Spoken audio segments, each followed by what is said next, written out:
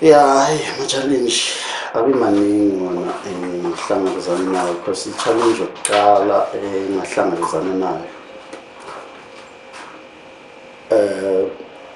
sake sahamba siyodijiya e-Ermelo. Masifike e-Ermelo sadijiya kwasuka izimpi sayiswela indawo yokubaleka.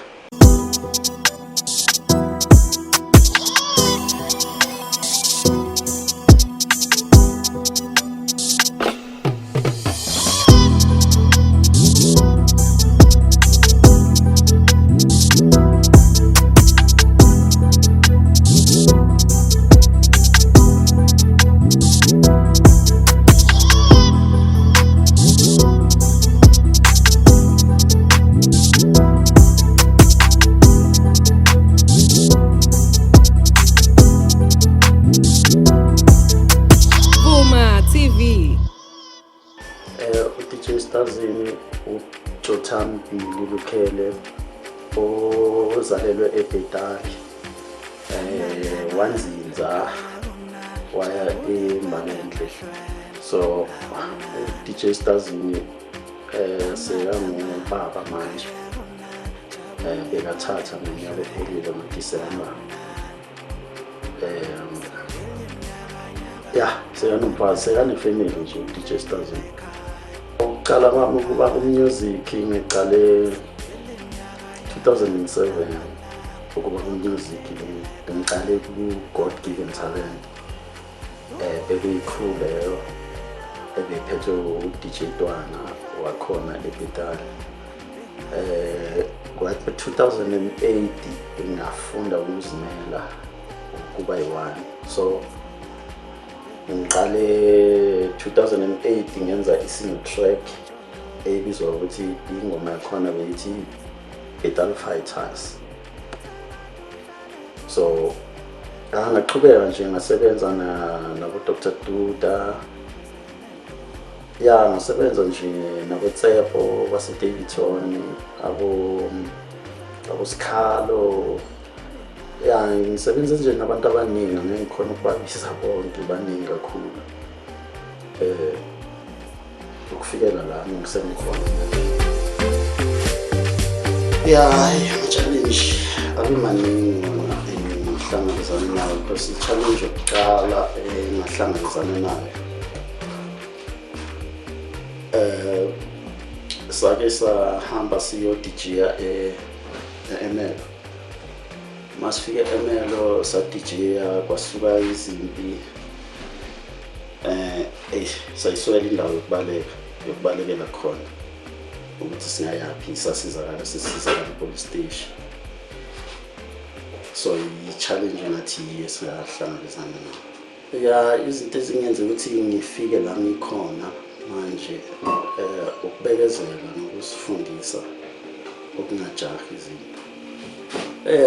Ukuya kwami emsakazweni kusho ukuthi ngenza i-track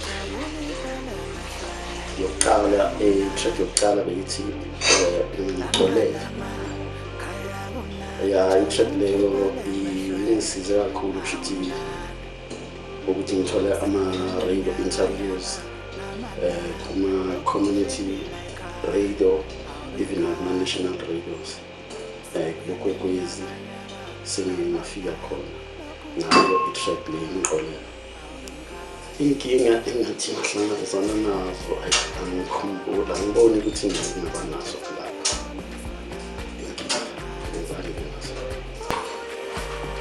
Uhambo lwami lolo lwenzeka, into engijabulisa ukuzobalaleli mabafona ngisemoyeni. So lokho ngijabulisa kakhulu.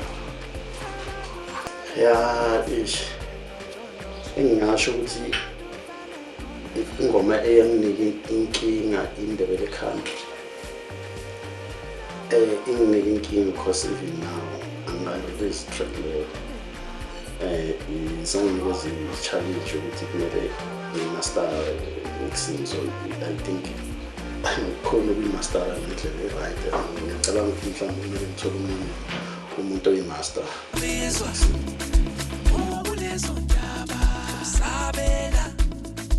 Ya, ingoma engichaza yizo zonke izingoma ithonga lami. Incazelo engayithola emphakathini, ngibonge opportunity engayithola engiyitholile ema-radioini.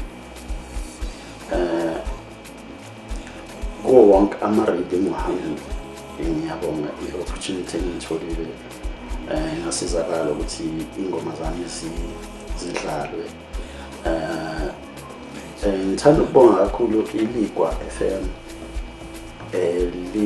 at least lingithathile langifaka ku-top 20, ku-top 20 track yami number 1. Ngiphinde ngangenela, ngibonge nokuthi ngiyangenela ama-award before ngangena kuMama 2022 2023, ngawina. Ngabuya ngangenela i-MMA ngonyaka ophelile, MMA ngayiwina naye. Ngiphinde ngangena kuMama futhi, bayibiza nge-7th annual. So nakhona ngisacela kubabukeli nabalaleli, ngicela ukuthi bangivotele. Ngifuna ukubuya nayo indondo futhi le. I-closing date yama-award nge-date izaka-March. Ama-ceremony award ange-1 May ase-Joburg Theatre.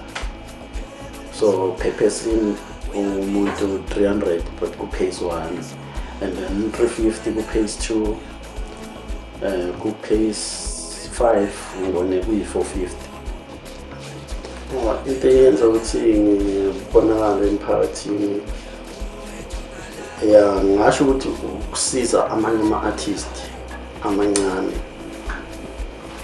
ukuze nabo babe yilabantu ababhetha, ukubafundisa ukuproducer, DJ, nje izinto ezinjalo nje.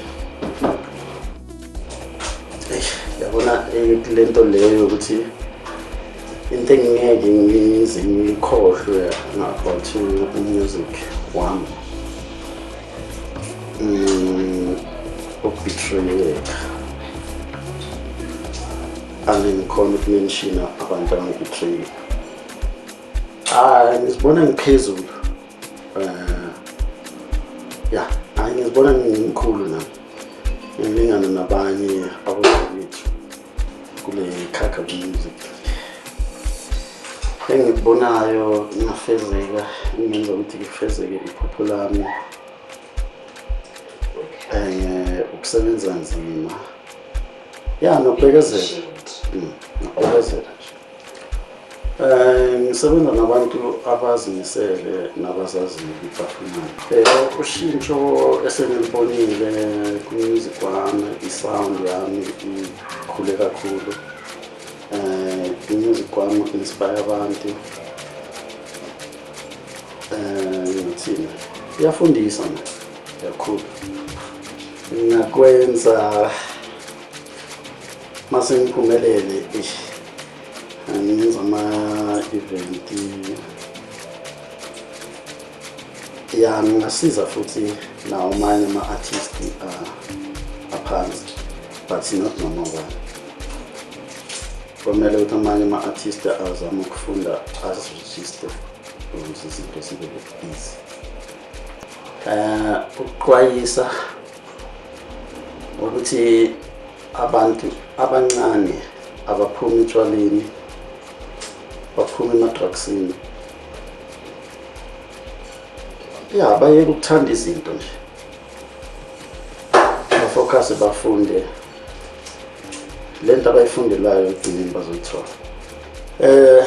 Abezemva kwami ilento engisayisho ukuthi into yokuqala engizoyisho ngizothi mina abasithande bona kuqala, bazithande bona kuqala, and then bese bayafocus esipanini sabo. bangaziboni baphakeme bangakaphakamanga ngoba lokho vele kwandile nje amagasi amaningi. Ngifunda ukuthi manje mawumuntu kumele kube nguwe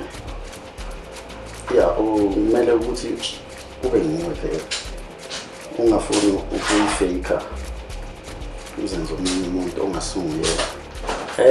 Babukela abakhona emakhaya ngiyabonga ukuthi babukele interview yami kuVuma TV show ngibonga abaphathi nabashuthi nabakhona abanye abasizayo. Ngibonga wonke umuntu uDJ Stazini.